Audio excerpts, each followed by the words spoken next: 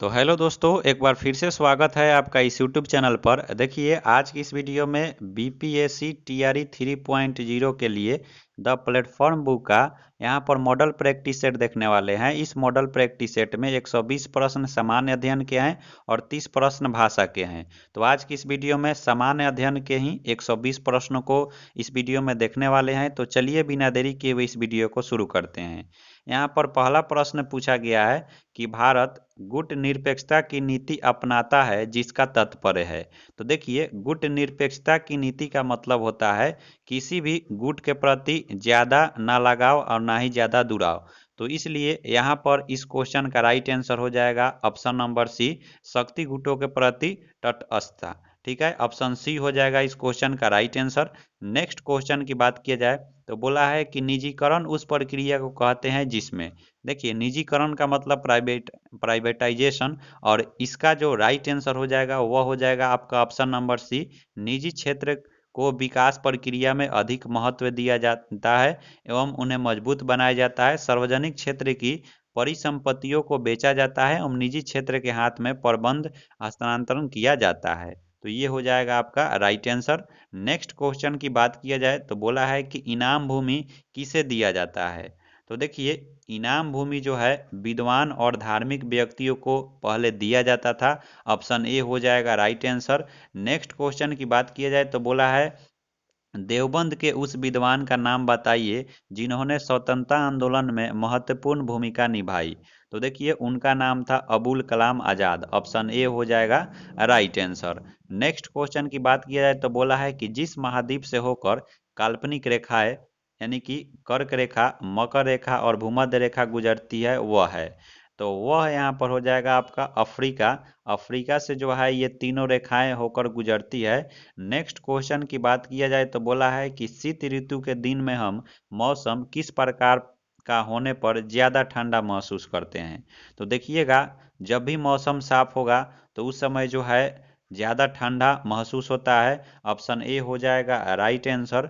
Next question की बात किया जाए तो बोला है कि निम्नलिखित में से कौन भारत के उपराष्ट्रपति का निर्वाचन करता है। तो देखिए, यहाँ पर आपको चुनना है। तो उपराष्ट्रपति के निर्वाचन में यहाँ पर लोकसभा के सदस्य भाग लेते हैं और राज्यसभा के सदस्य भाग लेते हैं। ये दो जो है सभा के सदस्य भाग लेते हैं, इसलिए यहाँ पर ऑप्शन ए हो जाएगा राइट आंसर। नेक्स्ट क्वेश्चन देखिए, बोला है कि लोकतांत्रिक शासन व्यवस्था के विस्तार की क्या चुनौती है।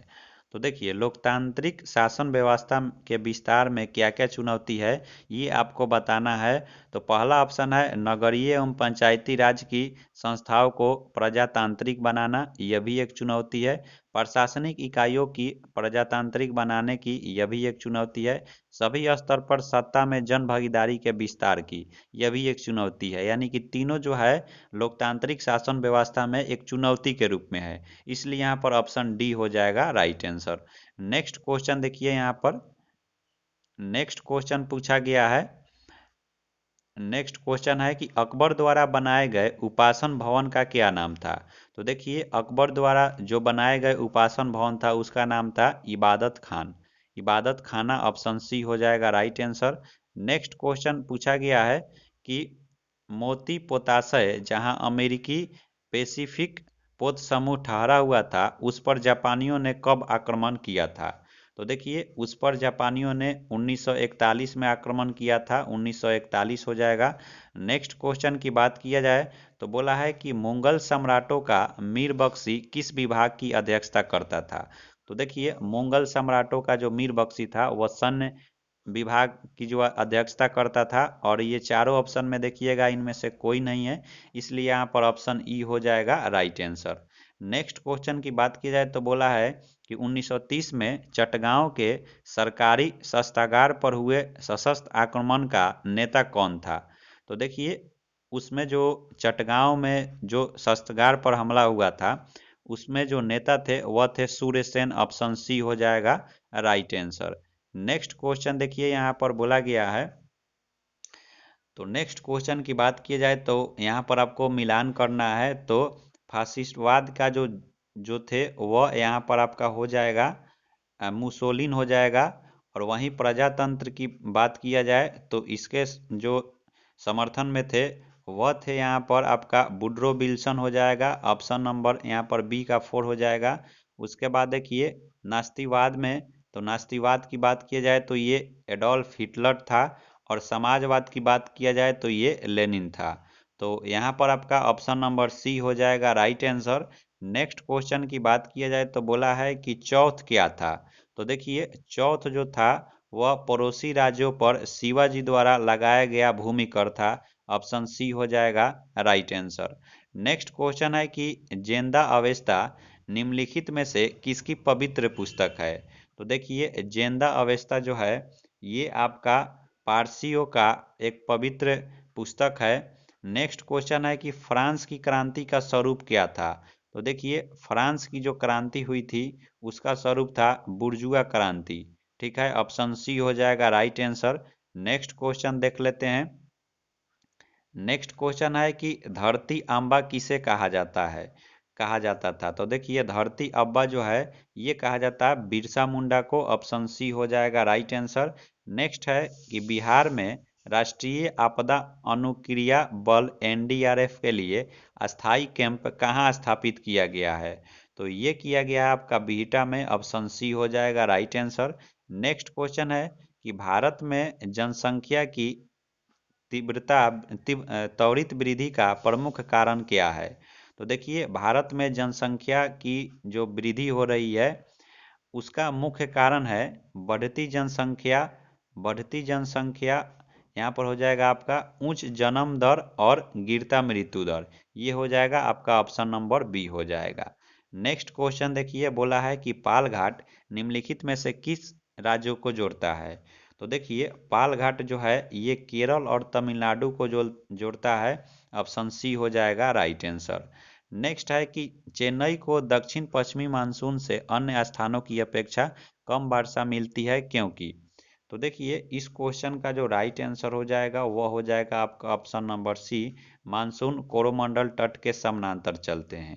ठीक है, नेक्स्ट क्वेश्चन है बोला है कि यहाँ पर एक ही समय में कंपन करने वाले स्थानों को जोड़ने वाली रेखाओं की श्रृंखला कहलाती है। तो ये आपका कहलाती है सभूकंपीय रेखाएं, यानी कि इंग्लिश में इसको बात किया जाए तो होमोसिस्मॉल लाइंस। ठीक है, यहाँ पर ऑप्शन ए हो जाएगा। नेक्स्ट क्वेश्चन की बात किया जाए तो बोला है क्षेत्रफल की दृष्टि से निम्नलिखित देशों का सही आरोही क्रम कौन सा है। आपको बताना है क्षेत्रफल की दृष्टि से। तो देखिए अगर आरोही क्रम का बात किया जाए तो सबसे पहले इसमें छोटा, उससे बड़ा, उससे बड़ा, यहाँ पर इसको ऐसे ऑप्शन में चुनना है। तो देखिए सबसे यहाँ पर छोटा ब्राज़ील है, ब्राज़ील के बाद क्षेत्रफल की दृष्टि से उसके बाद यहाँ पर ऑस्ट्रेलिया, उससे बड़ा भारत, उससे बड़ा अर्जेंटीना, यानी कि ऑप्शन बी हो जाएगा राइट आंसर। नेक्स्ट क्वेश्चन है कि भारत की जनगणना 2011 के अनुसार जनसंख्या घनत्व कितना था। तो देखिए जनगणना 2011 के अनुसार जो जनसंख्या घनत्व था भारत का वह था 382 व्यक्ति पर वर्ग किलोमीटर। ऑप्शन ए हो जाएगा राइट आंसर। नेक्स्ट क्वेश्चन है सकारात्मक स्वतंत्रता का अर्थ है। तो देखिए सकारात्मक स्वतंत्रता का जो अर्थ होता है वह होता है आत्म विकास के लिए वास्तविक अवसर। ऑप्शन ए हो जाएगा। फिर देखिए नेक्स्ट क्वेश्चन की यहाँ पर बात किया जाए तो बोला है कि भारत के संविधान का 73वां संविधान संशोधन 1992 के पारित किए जाने का कारण क्या था। तो देखिए इसका जो मेन कारण था पंचायती राज को बल प्रदान करना। ऑप्शन ए हो जाएगा राइट आंसर। नेक्स्ट क्वेश्चन है कि किसी विशेष दिन लोकसभा में अधिकतम कितने तारांकित प्रश्न पूछे जा सकते हैं।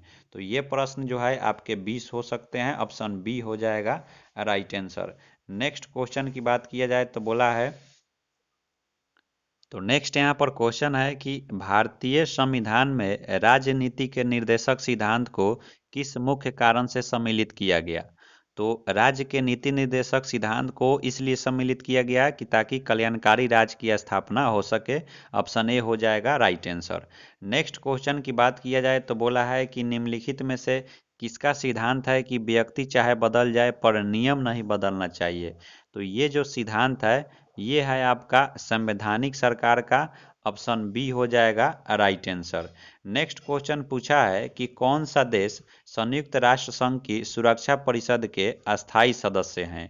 तो देखिए, सुरक्षा जो संयुक्त राष्ट्र संघ की सुरक्षा परिषद के अस्थायी सदस्य हैं उसमें आपका आता है यूएसए आता है, रूस आता है, अमेरिका आता है, फ्रांस आता है और चीन आता है। ऑप्शन बी हो जाएगा राइट आंसर। नेक्स्ट क्वेश्चन है कि विधायिका के क्षेत्र में राज्यपाल को क्या संवैधानिक शक्ति प्रदान किया प्राप्त है।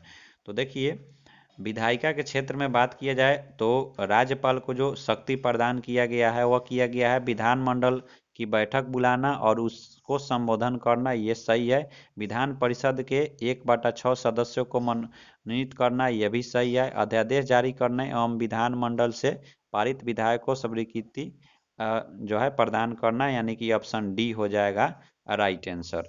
ठीक है, नेक्स्ट क्वेश्चन की बात किया जाए तो नेक्स्ट क्वेश्चन देखिए, पूछा है यहाँ पर कि राज्यपाल से संबंधित कथनों पर विचार कीजिए। तो यहाँ पर अगर बात किया जाए, बोला है कि राज्यपाल राज्य का संवैधानिक अध्यक्ष होते हैं, ये बात सही है। यहाँ पर बोला गया है कि राज्यपाल सदैव केंद्र के एक प्रतिनिधि के रूप में कार्य करता है, ये गलत है। यहाँ पर फिर राज्यपाल राज्य की विधायिका का एक अभिन्न अंग है, ये सही है। राज्यपाल उच्च न्यायाधीश की नियुक्ति करते हैं, ये गलत है।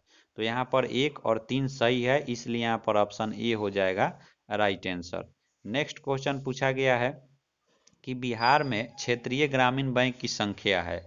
तो देखिए, बिहार में जो क्षेत्रीय ग्रामीण बैंकों की संख्या है वह 3 हो जाएगा, ऑप्शन ए हो जाएगा राइट आंसर। नेक्स्ट यहाँ पर क्वेश्चन देखिए, पूछा गया है कि बेगूसराय में चौकीदारी कर के विरोध आंदोलन एक हिस्सा था। तो चौकीदारी कर के विरोध जो आंदोलन का एक हिस्सा था वह हो जाएगा आपका सविनय अवज्ञा आंदोलन, ऑप्शन बी हो जाएगा राइट आंसर। नेक्स्ट यहाँ पर क्वेश्चन है कि नई शिक्षा नीति 2020 किस समिति की सिफारिश पर लाया गया है। तो ये लाया गया है के कस्तूरी रंगन समिति के सिफारिश पर, ऑप्शन सी हो जाएगा राइट आंसर। नेक्स्ट क्वेश्चन है कि 1928 में साइमन कमीशन भारत में किस उद्देश्य से आया था। तो ये आया था प्रशासनिक सुधार के विचार के लिए, ऑप्शन बी हो जाएगा यहाँ पर राइट आंसर। नेक्स्ट क्वेश्चन है कि प्रत्यक्ष लोकतंत्र सरकार का एक ऐसा तंत्र है जिसमें आपको चारों ऑप्शन देखना है। तो देखिए, जब प्रत्यक्ष लोकतंत्र की बात की जाता है तो इसमें जो है लोग अपने प्रतिनिधियों का सीधा निर्वाचन करते हैं, ऑप्शन बी हो जाएगा इस क्वेश्चन का राइट आंसर। नेक्स्ट क्वेश्चन है कि वह स्थान जो कि दीर्घकाल से बाढ़ से प्रभावित होता है स्थानीय लोग में, तो देखिए स्थानीय लोग में डैश का कारण होगा। तो देखिए, जो दीर्घकाल से ही बाढ़ से प्रभावित होता है तो वहाँ पर स्थानीय लोग में जो है स्थानांतरण का कारण हो सकता है, यहाँ पर बी हो जाएगा राइट आंसर। नेक्स्ट है कि बर्ली जनजाति बर्ली कला के लिए सुप्रसिद्ध है जो कि बनता है। तो ये आपका जो है बनता है गाय गाय के गोबर और मिट्टी से, ऑप्शन सी हो जाएगा राइट आंसर। नेक्स्ट क्वेश्चन पूछा गया है कि अंग्रेज द्वारा भारतीयों को 1947 में सत्ता हस्तांतरित किए जाने के समय कांग्रेस अध्यक्ष कौन थे। तो ये थे आपके, यहाँ पर हो जाएगा जेबी कृपलानी, ऑप्शन बी हो जाएगा राइट आंसर। तो देखिए, आज की इस वीडियो में इतना ही, फिर इसका पार्ट 2 वीडियो मैं जल्द ही लेकर आऊँगा। तब तक मिलते हैं नेक्स्ट वीडियो में, तब तक के लिए जय हिंद।